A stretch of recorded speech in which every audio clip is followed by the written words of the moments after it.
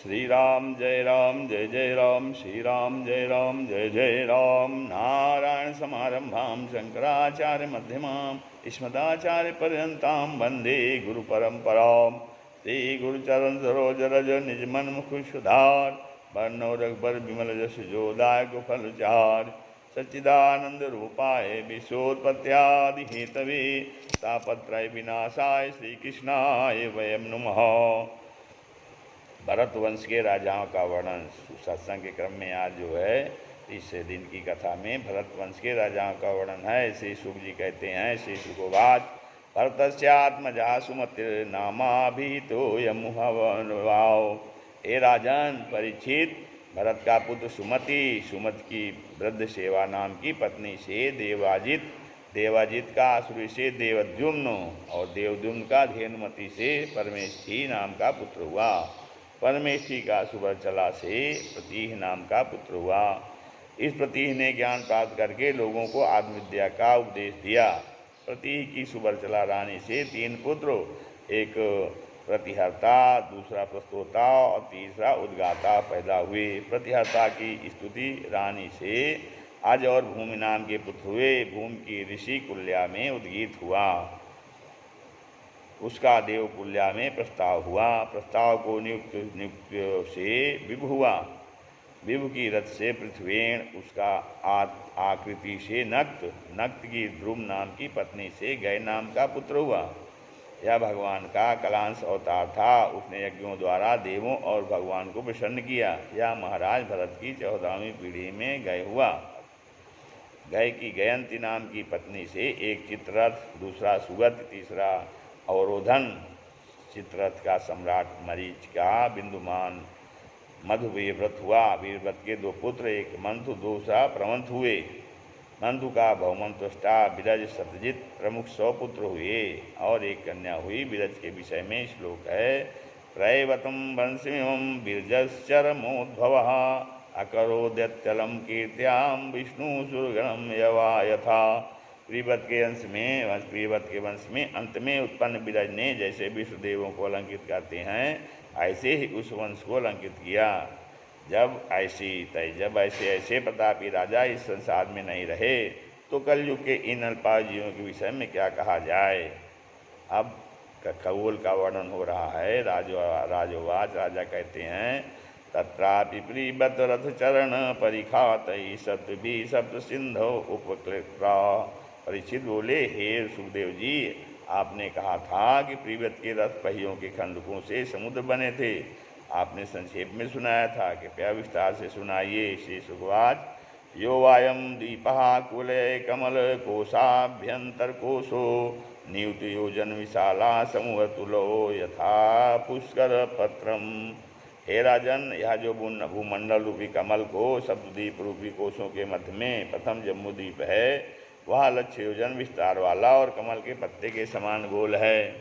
जम्बूद्वीप में 8 समीप सीमा पर्वतों से घिरे 9 वर्ष हैं। 9 वर्ष में कौन कौन है? जम्बू, प्लक्ष, शालमली, कुश, क्रौंच, शाक और पुष्कर। ये तो 7 सप्तद्वीप हो गए। 7 सप्तद्वीप कौन से हैं? जम्बूद्वीप, प्लक्ष द्वीप, शालमली द्वीप, कुश द्वीप, क्रौंच द्वीप, शाक द्वीप, पुष्कर द्वीप, ये हैं सब 7 द्वीपों के बीच में जम्बू नाम का महाद्वीप है। इसके भीतर 9 अर्थात 9 वर्ष हैं। इसके बीच में इलावित नाम का वर्ष है। उस वर्ष में सुमेर पर्वत है जो 8 कर्णिका पर्वतों से घिरा है। जम्बूद्वीप के बीच में स्थित एक इलावत पर्वत में दक्षिण में, पर्वत के दक्षिण में दूसरा हरिवर्ष, तीसरा पुरुष वर्ष और चौथा भारतवर्ष, इन तीनों की सीमा निर्धारण करने वाले फिर एक निषेध, दूसरा हेमकूट और तीसरा हिमालय है। ये 10-10 हज़ार योजन ठीक ऊँचे हैं। इलावित के उत्तर में 5 रम्यक वर्ष, 6 हिरणमय वर्ष और 7वां कुरु वर्ष है। इनकी सीमा निर्धारण करने वाले नील और अंगयान पर्वत हैं, जो पूर्व की तरफ 2-2 हज़ार योजन विस्तार वाले 4 समुद्र तक फैले हुए हैं। इसी तरह इलावित के पूर्व पश्चिम में माल्यवान और गंधमादन 2 पर्वत 2-2 हज़ार विस्तार वाले, अर्थात अर्थात केतुमाल वर्ष और नौवां भद्रास वर्ष की सीमा बताते हैं। हे राजन, सुवर्ण के समान पर्वतों के राजा मेरु का विस्तार, ऊंचाई 1,00,000 योजन, चौड़ाई 32,000 योजन और मूल में 16,000 योजन उतना ही पृथ्वी में धंसा हुआ है। मेरु के चारों तरफ आधारभूत 10-10 हजार योजन विस्तार तथा ऊंचे 4 पर्वत हैं। एक पहला मेरु, दूसरा मेरुमंदा, तीसरा सुपास, चौथा कुमुद। इन पर्वतों पर क्रमशः एक आम, दो दूसरे में जामुन, तीसरे कदम और चौथे में बरगद के 4 श्रेष्ठ वृक्ष ध्वजा के समान 1100 योजन ऊंचे और उतना ही विस्तार है। तने का विस्तार 100 योजन है। इन पर दूध, मधु, ईख का रस और पक्षजल के 4 हृदय हैं, जिनका सेवन करने से नाग देवतागण स्वाभाविक ऐश्वर्य धारण करते हैं।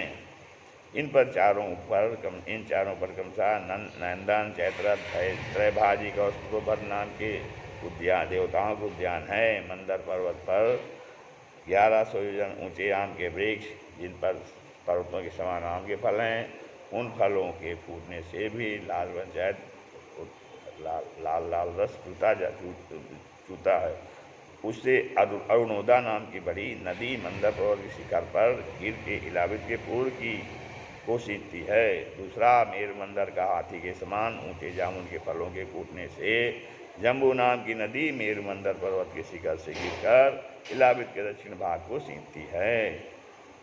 तीसरा सुपास पर्वत पर जो कदम का वृक्ष है, उसके कोटरों से 5 आदमियों की बाहों में से सटे इतनी मोटी मोटी मध की धारा निकलती है। वे सुपास के शिखर से गिरकर इलावित के पश्चिम भाग को सींचती हैं। चौथा कुमुद पर्वत पर उगा हुआ जो सतवल्भ नाम का बरगद है, उसके स्कंधों से नीचे की ओर नंद गिरते हैं। ये दूध, दही, घी बस आज सभी दे सकें। इन नंदों के फूटने से जो जल गिरता है, उसे इलावित के उत्तरी भाग की सिंचाई होती है। जम्बू द्वीप में कौन कौन सी नदियां हैं, ये बताया जा रहा है।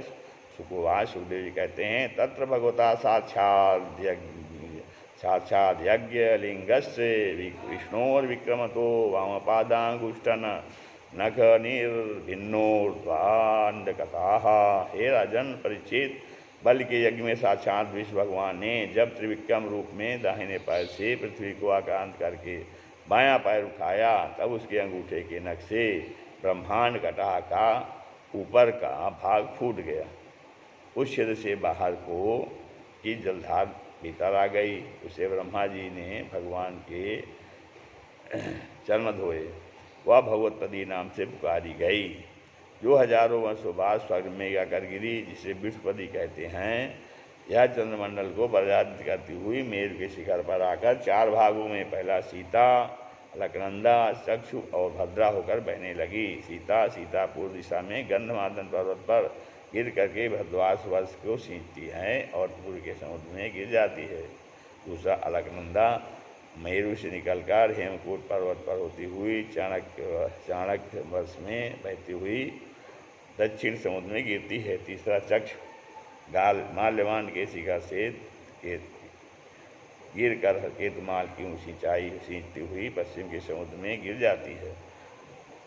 चौथा भद्रा माने संगावान से गिरकर उत्तर पूर्व में बहती है और उत्तर दिशा के नदी में गिर जाती है।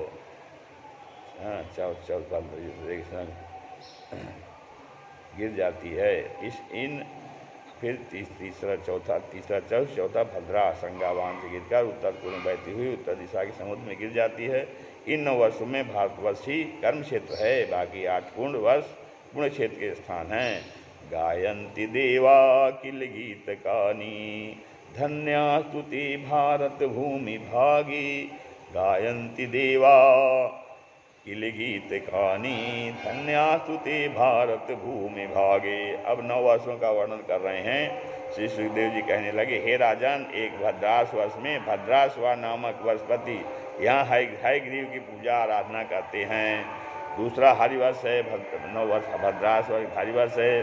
भक्त शेष प्रहलाद नरसिंह भगवान की पूजा करते हैं। तीसरा केतुमाल वर्ष है।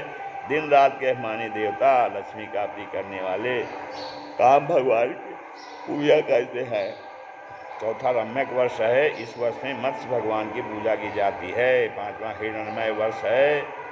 इस वर्ष में सूर्य भगवान की कूर्म को इस वर्ष में कूर्म भगवान की पूजा की जाती है। छठा उत्तर गुरुवर्ष, यहाँ यज्ञ द्वारा भूति की भूदेवी द्वारा यज्ञात्मक भजन पूजते हैं, भगवान को पूजते हैं। सातवां किम पुरुष वर्ष, यहाँ श्री हनुमान जी किम पुरुषों के साथ ही रामचंद्र जी की पूजा करते हैं। आठवां भारतवर्ष, नारायण रूप से यहाँ भगवान तप करते हैं। यहाँ नारद जी भगवान के प्रभाव को श्रावण मन को सुनाते हैं। 9 इलावित वर्ष, इसमें भगवान शंकर पार्वती शंकरण की पूजा करते हैं। खंड में अकेले दंपत रहते हैं, यहाँ जो कोई अन्य पुरुष जाता है वह स्त्री हो जाता है।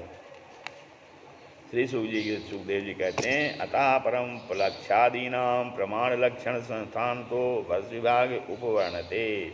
इसके बाद हे राजन, लक्षादि रूपों के वर्ष विभाग, लक्षण, प्रमाण और रचना बताएंगे। जम्बूद्वीप अपने प्रमाण क्षार समुद्र से घिरा है।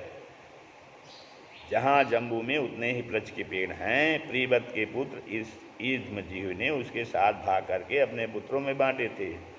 उसके बाद दुगना सालमली द्वीप है। यह संप्रमाण सुरा समुद्र से घिरा है। यहाँ के अज्ञबाहु ने इसके खंड करके अपने पुत्रों में बांटे थे।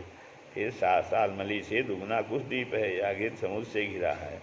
वहाँ के अधिपति हिरण्यरेत ने अपने बस द्वारा पुत्रों में इस द्वीप के साथ खंड करके बांटे थे। इसके बाद दुगना और समुद्र में घिरा कांच द्वीप है। वहाँ के राजा वहाँ के शासक धृतपृष्ठ ने उसके 7 खंड अपने 7 प्राथम पुत्रों को दिए थे। उसके आगे 7 द्वीप है जो समुद्र खीर में मिलता है। और उसके बाद उसका द्वीप है, वहाँ 1000 स्वर्ण पत्रों का भारी कमल है। उसी को ब्रह्मा जी ने अपना आसन बनाया था। पितृ विद्योत्र वहाँ का स्वामी था। उसने उसके भाग करके अपने पुत्रों में बांट दिया था। उसके बाद लोक और आलोक के बीच लोकालोक पर्वत है। उसके बाद 57.5 लाख योजन ऊंची क्रांच भूमि है। तो इतनी ऊंची है किसी ज्योतिषगण का प्रभाव उस ज्योतिषगण का प्रकाश उसके बाहर नहीं जा सकता है। श्री राम जय राम, जय जय राम, श्री राम।